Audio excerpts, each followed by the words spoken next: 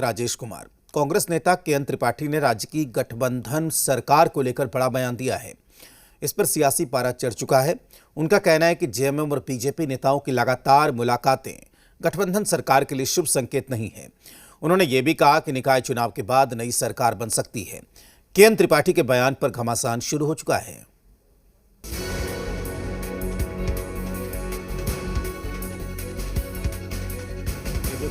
पूर्व मंत्री और कांग्रेस नेता के.एन. त्रिपाठी ने अपने एक बयान से हलचल मचा दी है।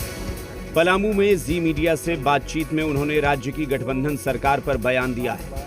के.एन. त्रिपाठी का यहां तक कहना है कि नगर निकाय चुनाव के बाद राज्य में नई सरकार बन सकती है।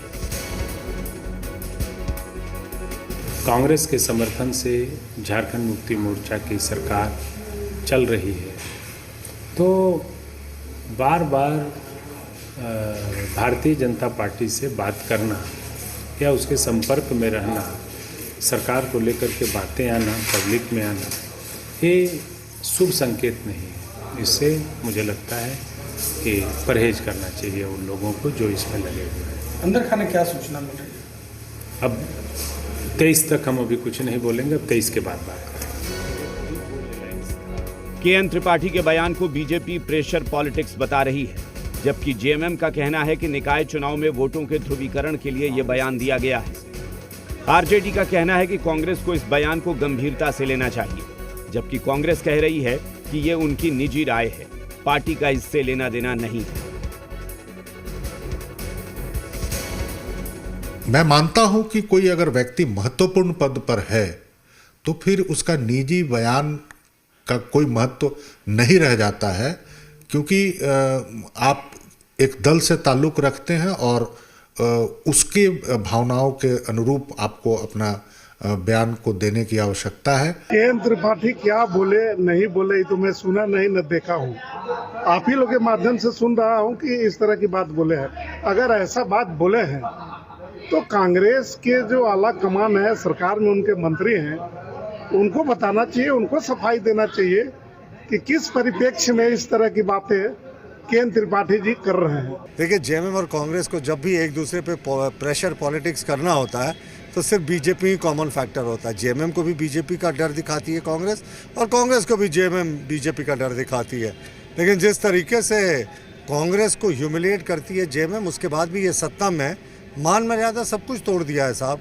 और एक चीज़ तो स्पष्ट है कि साहब, हमारे और जेएमएम के बीच में जो बात के.एन. त्रिपाठी कह रहे हैं बिल्कुल दूर दूर तक संभव नहीं है। देखिए, इस बयान को बड़ा बयान नहीं माना जाना चाहिए, क्योंकि नगर निकाय का चुनाव है और हम जहाँ जहाँ चुनाव हम लोग लड़ रहे हैं, कांग्रेस भी लड़ रही है, तो एक प्रतिद्वंदिता दिखती है, लेकिन चुनाव तक ही दिखेगी।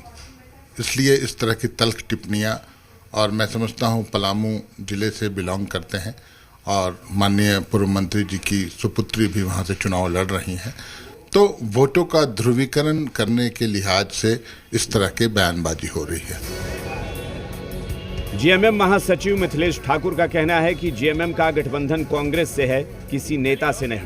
इनका कहना है कि गठबंधन पूरी तरह मजबूत है और अगले 20 साल स्थिर सरकार चलेगी।